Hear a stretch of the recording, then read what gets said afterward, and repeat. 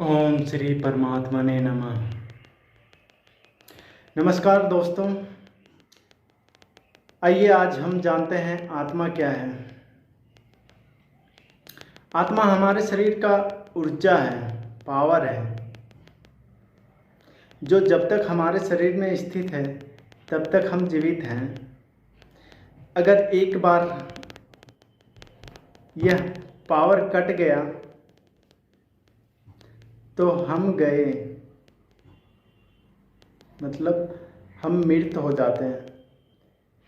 हमारे शरीर में जो शक्ति मिलता है वह आत्मा से ही मिलता है, जिसका निवास स्थान हृदय है, जिसे हम योगा द्वारा और ऊर्जा बढ़ा सकते हैं और हम इस शरीर के पालनहर्ता को हम पा सकते हैं, हम परमात्मा को पा सकते हैं।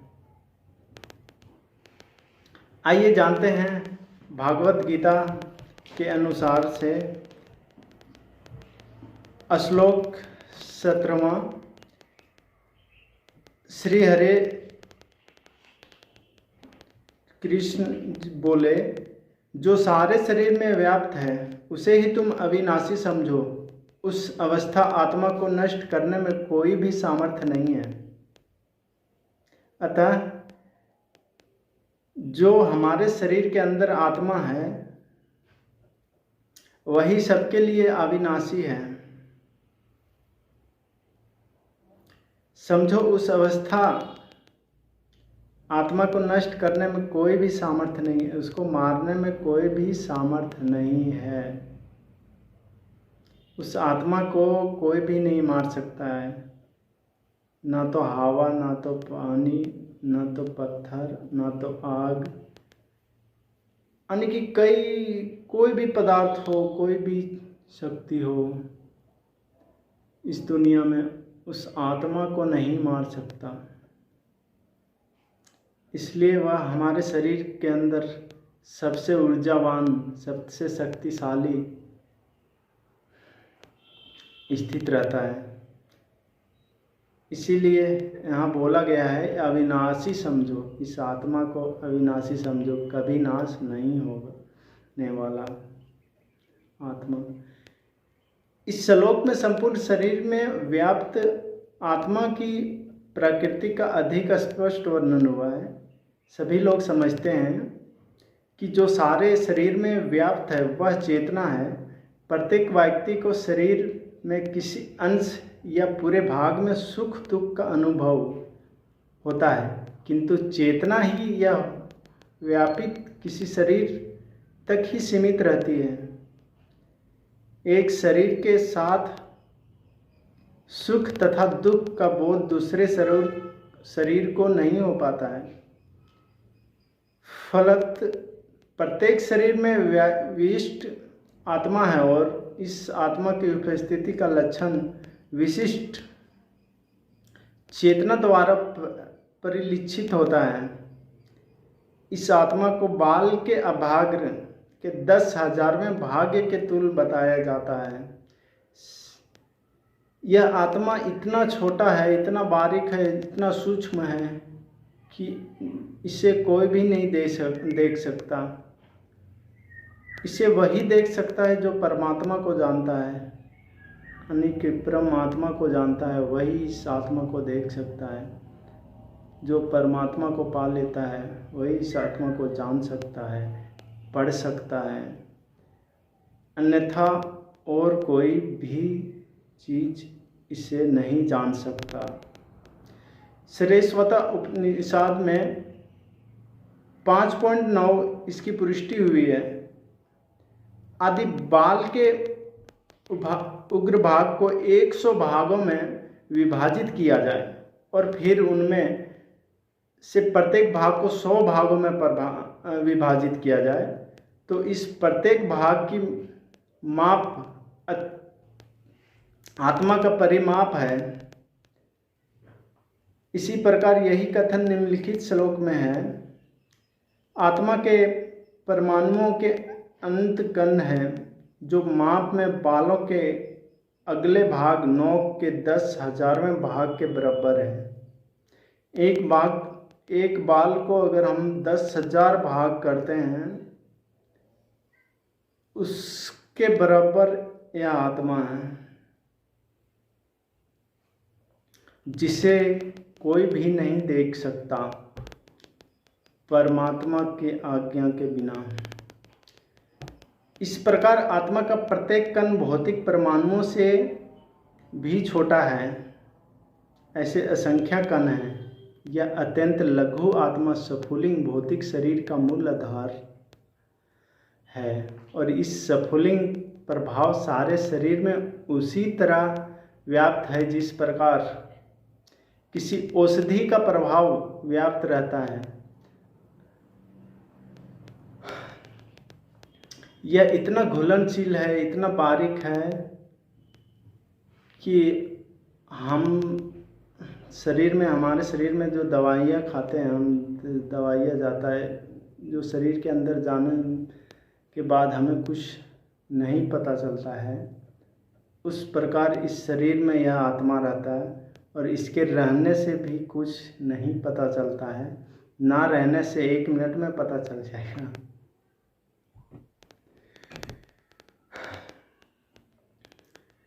आत्मा की यह धारा, विद्युत धारा, सारे शरीर में चेतना के रूप में अनुभव की जा सकती है और यही आत्मा का अस्तित्व का प्रमाण है। सामान्य व्यक्ति भी समझ सकता है, भौतिक शरीर चेतना रहित होने पर मृतक हो जाता है और शरीर में इस चेतना को किसी भी भौतिक उपचार में वापस नहीं लाया जा सकता। अतः चेतना भौतिक संयोग के फलस्वरूप नहीं है, अपितु आत्मा के कारण है। मुंडक उपनिषद में सूक्ष्म परमाणविक आत्मा की और अधिक विवेचना हुई है। मुंडक उपनिषद में और इसके बारे में बताया गया है। आत्मा आकार में अणु तुल्य है, जिसे पूर्ण बुद्धि के द्वारा जाना जा सकता है। यह अणु आत्मा 5 प्रकार के प्राणों में तैर रहा है: प्राण, अपान, व्यान, समान तथा उद्दान। यह हृदय के भीतर स्थित है और देहधारी जीव के पूरे शरीर में अपने प्रभाव का विस्तार करता है।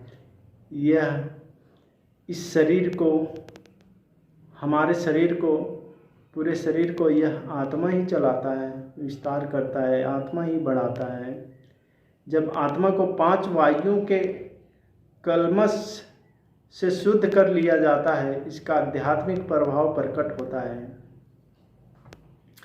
हठ योग का प्रयोजन विविध आसनों द्वारा उन 5 प्रकार के प्राणों को नियंत्रित करना है जो आत्मा को घेरे हुए हैं। यह योग किसी भौतिक लाभ के लिए नहीं, अपितु भौतिक आकाश के बंधन से अनु आत्मा की मुक्ति के लिए किया जाता है। दोस्तों, यहाँ हम आत्मा को इस तरह से जान सकते हैं, योग के द्वारा जान सकते हैं हम आत्मा को। हम परमात्मा में लीन होके, परमात्मा में ध्यान लगा के हम इस आत्मा को जान सकते हैं। अगर इसका प्रभाव आपको देखना है तो आप दिन में कम से कम 15-20 मिनट आत्मा में ध्यान लगा के देखिए, परमात्मा में ध्यान लगा के देखिए। इधर उधर की बातों को सब भुला के, आँख मूंद के, आसन अवस्था में बैठ के और सिर्फ परमात्मा का ध्यान करिए। इसका लाभ आपको 10 से 15 दिन के अंतर्गत पता चल जाएगा। हम अपने आत्मा को आज की अवस्था से बहुत अच्छा हम बना सकते हैं। वही 10-15 मिनट अभी अगर हम परमात्मा का डेली ध्यान धरते हैं, ध्यान करते हैं, तो हमारे आत्मा को और पावर मिलता है और ऊर्जा मिलता है। इस प्रकार अनु आत्मा को सारे वैदिक साहित्यों ने स्वीकारा है और प्रत्येक विद्वान व्यक्ति अपने व्यवहारिक अनुभव से इसका प्रत्यक्ष अनुभव करता है। केवल मूर्ख व्यक्ति ही इस अन्य आत्मा को सर्वव्यापी विष्णु तत्व के रूप में सोच सकता है। यह अन्य आत्मा का प्रभाव पूरे शरीर में व्याप्त हो सकता है। मुंडक उपनिषद के अनुसार यह अन्य आत्मा प्रत्येक जीव के हृदय में स्थित है। चूँकि भौतिक विज्ञानी इस अन्य आत्मा को माप सकने में असमर्थ है, हमारे विज्ञान इस आत्मा को माप सकने में असमर्थ है। अतः इनमें से कुछ यह अनुभव करते हैं कि आत्मा है ही नहीं। विशिष्ट आत्मा तो निसंदेह परमात्मा के साथ है, हृदय में है, और इसी शारीरिक गतिविधियों की सारी शक्ति शरीर के इसी भाग से उद्भूत है। जो लाल रक्त फेफड़ों से ऑक्सीजन ले जाते हैं, वे आत्मा से ही शक्ति प्राप्त करते हैं। अतः जब आत्मा इस स्थान से निकल जाता है तो रक्तोत्पादक संलयन फ्यूजन बंद हो जाता है। औषधि विज्ञान लाल रक्त कणों की महत्व को तो स्वीकार करता है, किंतु वह यह निश्चित नहीं कर पाता कि शक्ति का स्रोत आत्मा है।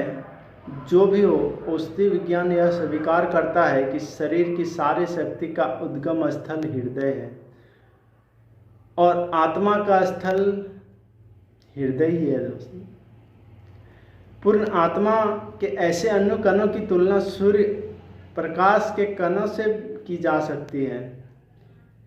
इस सूर्य प्रकाश में असंख्य तेजोमय अणु होते हैं। इसी प्रकार परमेश्वर के अंश उनकी किरणों के परमाणु स्फुलिंग हैं और प्रभा शक्ति कहलाते हैं। अतः चाहे कोई वैदिक ज्ञान का अनुगामी हो या आधुनिक विज्ञान का, वह शरीर में आत्मा के अस्तित्व को नकार नहीं सकता। भगवान ने स्वयं भागवत गीता में आत्मा के इस विज्ञान का विशद वर्णन किया है। इस आत्मा को और जानने के लिए आप भागवत गीता को पढ़ सकते हैं। इसमें और भी चीज़ें बताए गए हैं। हम आत्मा को और परमात्मा को अच्छी तरह से जान सकते हैं। दोस्तों,